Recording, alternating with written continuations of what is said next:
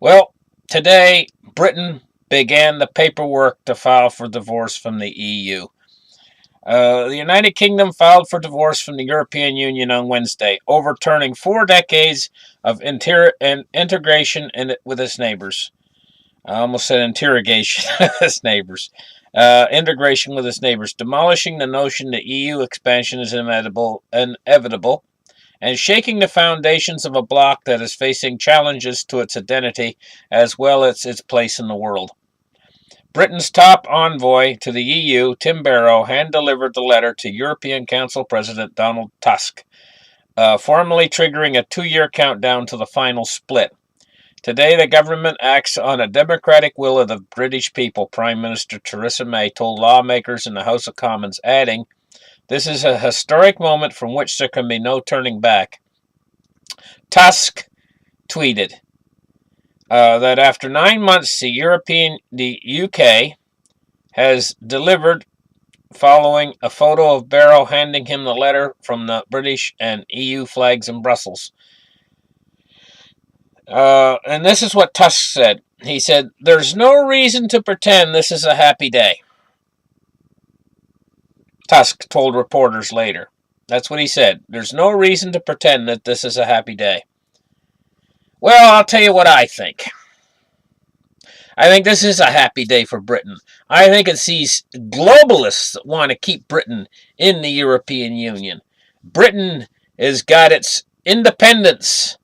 This is like Independence Day from the European Union. They're free. And now the European Union and the globalists are probably going to try to punish Britain for leaving. But the thing is ultimately I think it's going to turn out that Britain is going to be stronger and in a brighter place and a better place and a happier place for leaving. Because this whole thing was about 3 things. First, a North American Union, then a European Union, and then to link the Asian countries together, and then link it all 3 together as a new world order. Okay, take a look at this clip.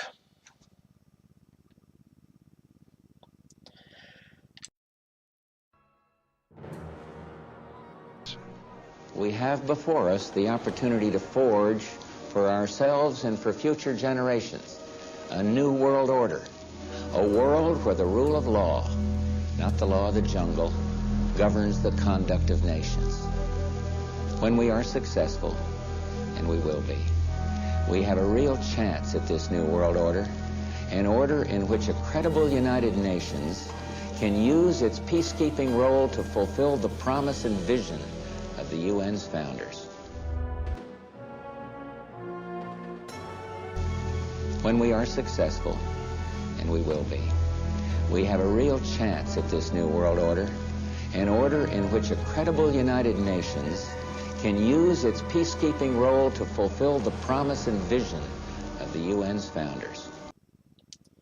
Okay, this is what it's all about, the new world order, but it's dying. And it's here's the thing here. It says former UK Independence Party leader Nigel Farage, who campaigned for years to take the Brexit from fringe cause to reality, said Britain has passed the point of no return. "I can still, to be honest with you, scarcely believe today it has come," he said. For Remainers campaign, now is the time to fight for divorce settlements that preserves what they see as benefits of the EU membership, including free trade, goods and services brought, and the right to live and work anywhere in the bloc. The phony war is over, said Joe Carberry, co-director of pro-EU pressure group Open Britain. He said, "Britain has decided that it would leave the bloc, but the issue of how we will leave and the democratic checks and balances along with the process of negotiations remain unresolved."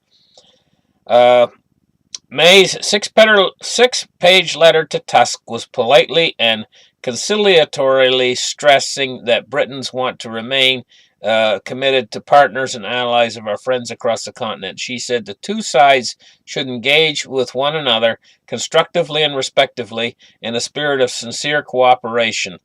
But there was a hint of steel in May's assertion that without a good deal, our cooperation in the fight against crime and terrorism would be weakened.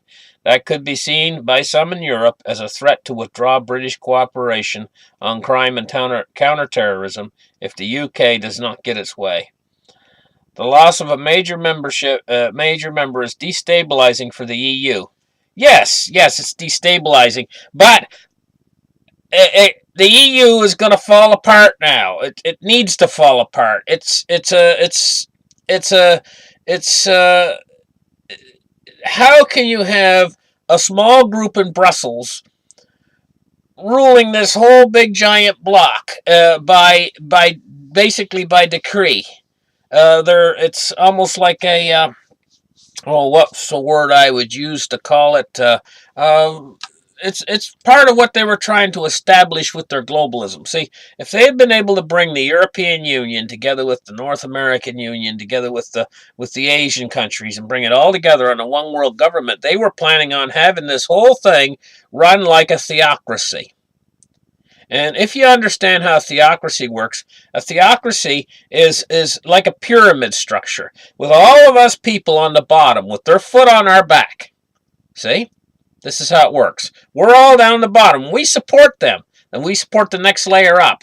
And then the next layer up is in subservience to the next layer up, which is in subservience to the next layer up. And at the top, you got the conical of the pyramid, which is what controls the whole thing under beneath it. And this is how they wanted to run the whole world. They wanted to run the whole world with this pyramid structure of the new world order. And the EU was going to form these were going to form together to make this pyramid, and now it's falling apart. So the EU needs to go the way of the dustbin, because it's all part of the globalist plan and their agenda, you know. And so anyway, I'm not going to read any more of this. I'm just happy that Britain's left, and this is good. This has finally happened. Britain, well, they haven't completely left yet. And my way, why should they wait 2 years? Why should it? How long is it going to take? It's going to take a long time anyway. They should leave right now. Okay. This filing for divorce, they should complete the divorce yesterday and been gone. Okay. Here we go. But they've started it. This is what's important. They've started it. Thank you very much for listening. Like and subscribe, and we'll see you in the next article.